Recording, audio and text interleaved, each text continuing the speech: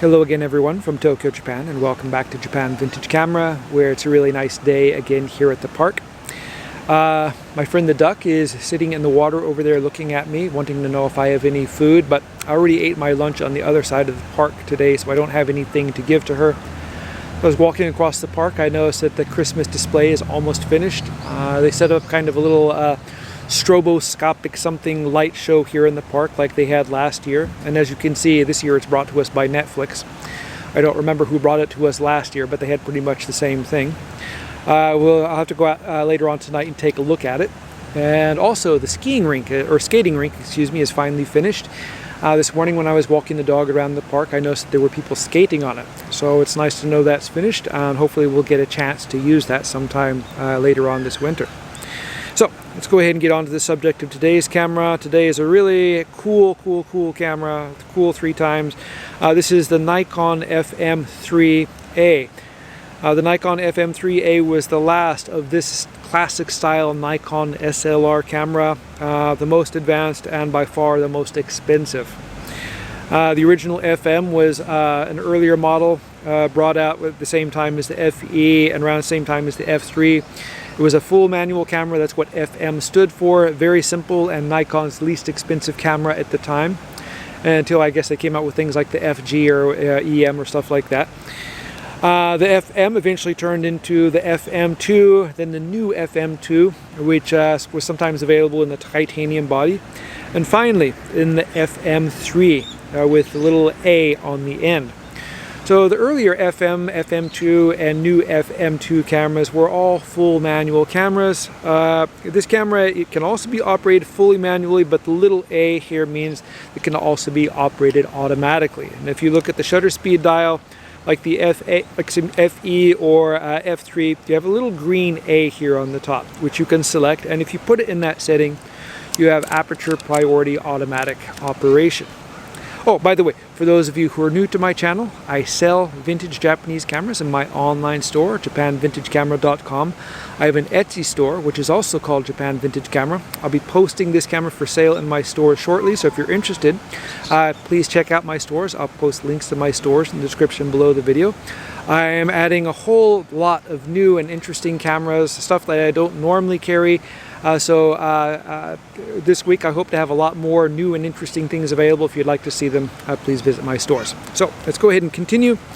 I'm going to go ahead and describe the features, controls, functions, and how to operate the Nikon FM3a. Starting at the top here, we have the film rewind knob with a pop-out lever with a roller tip, which makes it quite easy to rewind the film. Below that, we have a dial with kind of a knurled ring around it. And by lifting up on this ring and turning the dial, you set the film speed. You have a range of film speeds on the dial, and you just line them up until the speed lines up with this red dot in the middle of the window. Next to that, we have the exposure compensation release, which is this chrome button here. And then if I push this, I can turn the entire dial. And this allows me to adjust the exposure compensation plus or minus 2 stops. Some of you may want to know what is the use in something like that. And if you shoot film or even digital for long enough, you find that's a really useful feature. So say I'm going up to Hokkaido to go skiing this winter, which I'm planning to do, and I take this camera to shoot some film photos with it. When I normally try to take pictures of snowy covered mountains and people skiing in snow, the camera thinks everything is too light and tries to darken down the image by increasing, I guess, the shutter speed or whatever, and instead of having white mountains and white snow, everything kind of turns out to look like an 18% gray. On the other hand, say you're trying to take a picture of a black camera and a black background, the camera does the opposite. It increases exposure to try to increase, I guess, make the subject more visible. So your black camera and black background also start to look a little bit like 18% gray. So by adjusting the exposure compensation plus or minus, say plus when you're shooting in the snow or minus when you're shooting a black camera with a black background, you can get snow which looks white and a black camera which actually looks black. So a very useful feature and really wonderful to have. Next to that we have the hot shoe for mounting a flash. You can use aftermarket, say Sunpack or off-brand, whatever kind of flash on this camera, or you can use an original Nikon flash. And with the Nikon flash you have automatic operation. Automatic operation is kind of an option on some of the other ones too, depending on the flash. Really useful feature, especially if you're shooting indoors or places like that. Next to that, we have the magic part of the FM3e, and that's the shutter speed controls and the shutter itself. So the FM series was always popular with professionals because it was besides being fully manual, it was also fully mechanical. And the shutter did not rely on battery power to operate. And so the earlier cameras had a, say, 1,000th of a second maximum shutter speed. This was improved to 1/2000th with the FM2, and then the FM3a bumps that up to 1/4000th of a second, which is really wonderful to have a 1/4000th maximum shutter speed in a camera with a fully manual shutter. So if you're going to be shooting on an expedition somewhere where you can't charge the batteries for your digital camera, or don't have like a solar charging apparatus or something like that, which weighs as much as several cameras, you can just put this in your backpack and a few LR44 batteries, and you've got something which you can shoot in extreme conditions. And if the batteries go bad or whatever, you can use a handheld light meter, or if you've got enough experience, just I guess measure the light with your eyes or head, and you can still take photographs. This is really cool that they were able to put in a mechanical shutter with a 1/4000th maximum shutter speed, and cooler yet that they were able to add an electronic control to this shutter to allow automatic operation. Next to that we have the shutter release button, which accepts a standard cable release, and next to that we have the film winding and shutter charging dial, which is wonderfully smooth. This is a very modern camera, so with the most modern materials and workmanship, so it's really smooth compared to, not that the earlier FE, FM, FM2 cameras were all that rough and chunky, but this is even better than they were. From to that we have the film counter window, which shows how many photos you've taken, and next to that we have this little lever here, which is a multiple exposure lever. I was wondering what this was before when I had my FE, when I first got it years and years ago. And this was really high tech in the old days when we couldn't use Photoshop to add effects to our photos. If you wanted to do effects in the camera, taking multiple exposures was a really interesting way to do it. Now we can easily do it in minutes on our computer, but yeah. Some old timers and some young timers like this feature. They're able to do interesting things with it. Moving to the back of the camera, you can see this camera is fitted with the data back. The original back is missing, but this camera will accept any FM, FE, FA back. So not having the original back doesn't really have any effect on the value of these cameras, because they're kind of common and interchangeable. This is the MF16 back, which is a data imprinting back, and it imprints the date and such, and some other information like film speed or other camera settings inside on the back of your image, which was a super cutting edge technology back in, I think, 1982 was when this data back was introduced.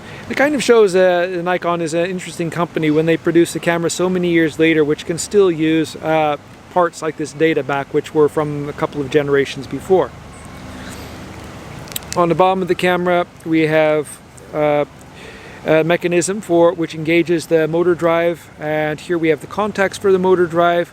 You can use a couple of different motor drives on this camera. The most popular one is the MD12, so if you want to make your camera really noisy and heavy, get one of these motor drives, because it really does that. Here we have the battery chamber. This accepts two 4 LR44 or 2 SR44 batteries, standard 1/4 inch tripod socket, and of course here is the release for the winding mechanism. You have to press this in order to rewind the film. On the front of the camera we have a self-timer button, mechanical one. We have a stop-down lever, or depth of field preview lever as they like to call it. And over here we have the release button for removing and replacing the lens.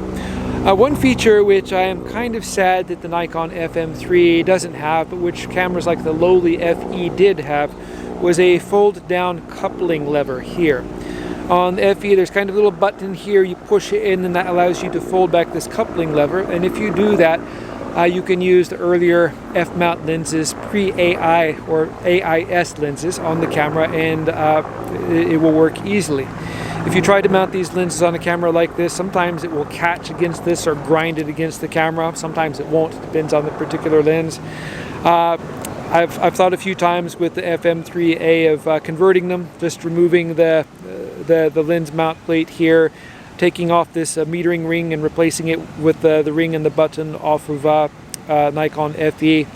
Nikon FEs are cheap and plentiful, and there are plenty of them that don't work, so the cost of the conversion probably wouldn't be high, but I'm not sure if it'll work. A lot of the parts on this camera will interchange from the FE, FM series, some of them won't, but I don't know, it's something I'll have to try in the future. Maybe there'll be a market for someone who's interested in modified, or I should say upgraded FM3 cameras.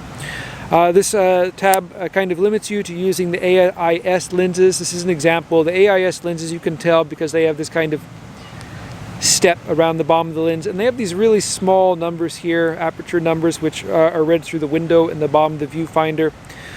Some of the earlier lenses you can convert to AI. Another good thing about this camera is it can use AFD lenses. So you can still use most of the manual focus lenses, which were produced for Nikon, and a good percentage of the autofocus lenses. This camera won't work with the latest G lenses, which are the ones which are most commonly sold. Let's see, what else have I got here? Oh yes, let's go ahead and take a look at loading the film. This is kind of a professional series camera, like the Nikon F3P. There's no safety lever to open the film door. You pull this open to pop open the film door. If you look inside here, this is a little bit kind of grungy. The light seals need to be replaced in this camera, so I'm going to go ahead and get that done. Looking over here on this side, a kind of interesting feature the earlier ones don't have is the DX film reading here. So you can either program the film manually or automatically, which is a really super feature. But this kind of shows you the attention to detail that Nikon uses. There are some photographers who are really serious about the film they use, and they buy it in bulk and they load it on, hand load it onto their own cassettes. And of course these cassettes aren't DX coded, so Nikon allows these guys to use this camera, as well as people who don't want to bother just dropping the film, and the camera automatically adjusts everything. But you push that up, drop your film canister in here, push this back down, pull your film leader across, feed it into the take-up spool, and then simply wind the film and fire the shutter until the holes on both sides of the film are engaging the take-up sprocket here. Close the film door, wind to number 1, and the camera is good to go. So anyway, that's it for my review or video about the Nikon FM3a. As I said, I'll have this listed for sale shortly in my online stores. I've recently come across a large number of really interesting cameras, stuff that I usually don't have, and I'll be listing a lot more of those over the next few days. So please come in and check them out. Thank you very much for watching, and I hope you tune in again soon.